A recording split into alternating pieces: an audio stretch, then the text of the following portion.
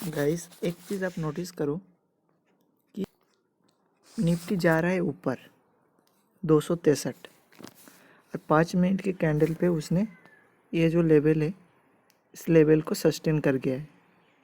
250 का लेवल को सस्टेन कर गया है 5 मिनट के कैंडल।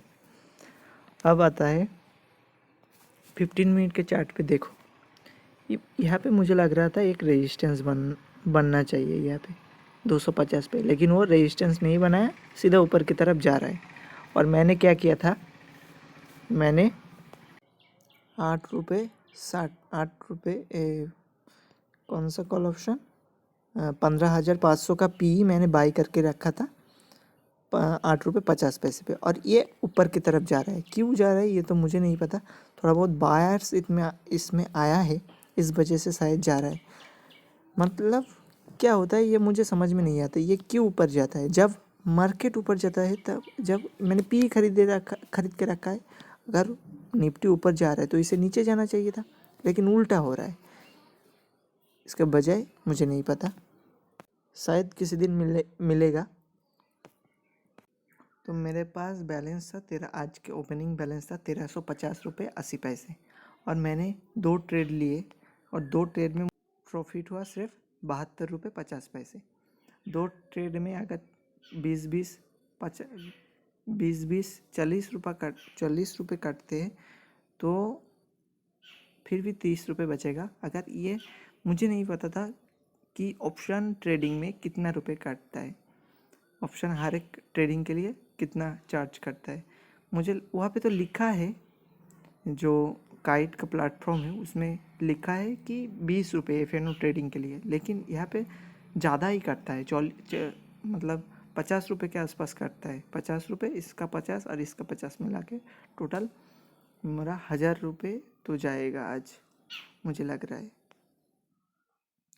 और ये पी देखो अभी भी 800 840 845 840 पे घूम रहा है। इसके पीछे क्या बाजे मुझे नहीं पता।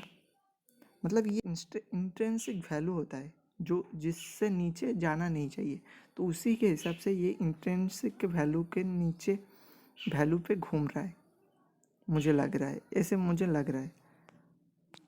ये जो 15,500 पी और 15,000 और 16,500 पी सी, ये दोनों के बारे में कुछ बताना है आपको। चलो देखते।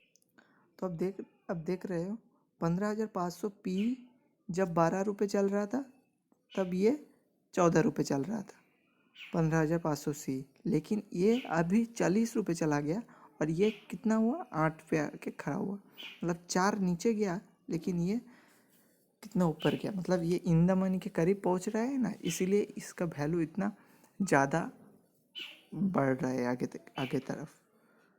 तो वही होता है ऑप्शन का ट्रेडिंग का पूरा फ़ायदा। अगर आप जिस हिसाब से ट्रेड लिए हो उस ट्रेड अगर आपके हिसाब से जा रहा है तो बहुत बड़ा फ़ायदा होगा। मैंने अगर इस टाइम पे इसे 12 रुपये पे बाय किया होता तो बहुत ज़्यादा अमाउंट मुझे नहीं लगता। 14 रुपये चल रहा था, 16,500 14 रुपये चल रहा था और ये 12 रुपये चल रहा था। तो मुझे क्या करना चाहिए था, इसे 12 रुपये पे बाई करना चाहिए था और इसे 16 रुपये पे 14 रुपये पे बाई करना चाहिए था। तो अगर इतना एक तरफ अगर ट्रेंड हो जाएगा तो हम अल्टीमेट मुझे फ़ायदा ही होता है। मतलब 15 रुपये से 30 तो हो गया, डबल कर दिया है इसने पैसा। और इसने क्या किया, सिर्फ थोड़ा सा ही घटाया है क्योंकि इसका इंट्रिंसिक वैल्यू बचा हुआ है इसका, और मार्केट का ट्रेंड अभी भी नेगेटिव में है। तो इसलिए आपको अभी भी पी बाई नहीं करना चाहिए। मुझे लग रहा है कि बाई करूँ, लेकिन नहीं। आज 2 ट्रेड कंप्लीट कर चुका हूँ और कोई ट्रेड नहीं लेना चाहिए आज मेरे हिसाब से। क्यों नहीं लेना चाहिए, आप अगर मार्केट का ट्रेंड देखोगे तो आपको एक चीज़ पता चलेगा। चलो एक बार चार्ट पे देख ले। तो यहाँ पे देखो मार्केट ने आज क्या किया, थोड़ा बहुत 16,000 पे सपोर्ट ले लिया। कल उसने 16,000 पे सस्टेन किया था और आज 16,000 पे सपोर्ट लेके ऊपर की तरफ जाने शुरू किया। तो यहाँ पे एक इंडिकेशन दे दिया कि आज ऊपर जाने वाला है, और जो ऊपर कहाँ तक जाएगा तो यहाँ पे आप देख सकते हैं ये जो गैप है ये गैप फिल करने वाला है 16,250 तक।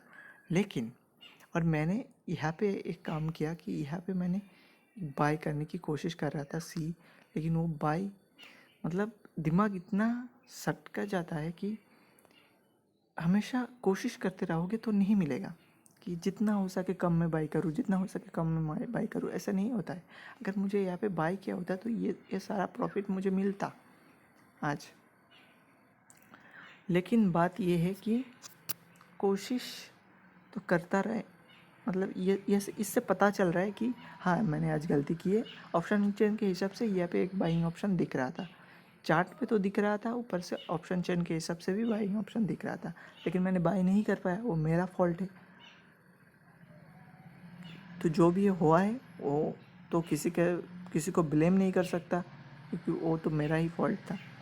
जो भी है अच्छा हुआ है, लेकिन थोड़ा वो अभी भी लॉस नहीं हुआ आज। जो ट्रेडिंग का ये जो नॉलेज मिला है ना, ये बहुत ही बेहतरीन नॉलेज है आपको, मुझे मिला है आज। और ऑप्शन चेन को आपको दिखाओ, ऑप्शन चेन आपको दिखाओ तो गाइस ऑप्शन चेन के हिसाब से आपको दिख रहा होगा, जब मैंने वो 16,100 पे बाई की बात कर रहा था आपको, उस टाइम पे यहाँ पे नेगेटिव नहीं था।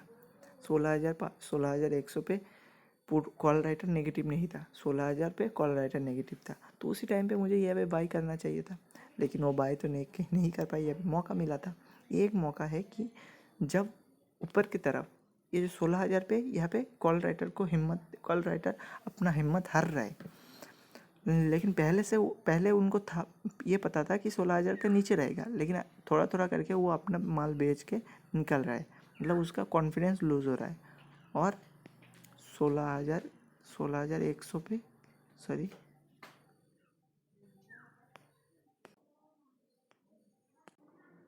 तो क्या एक चीज़ समझ में आ रहा है कि जब अभी मार्केट को देख के ये चीज़ समझ में आ रहा है कि मार्केट सबको लग रहा था ये 34 लाख लोग 16,300 पे देखो, 34 लाख लोग बोल रहे थे कि मार्केट 16,300 से नीचे रहेगा, लेकिन फिर भी मार्केट 16,300 के 300 को टच कर गया। क्यों?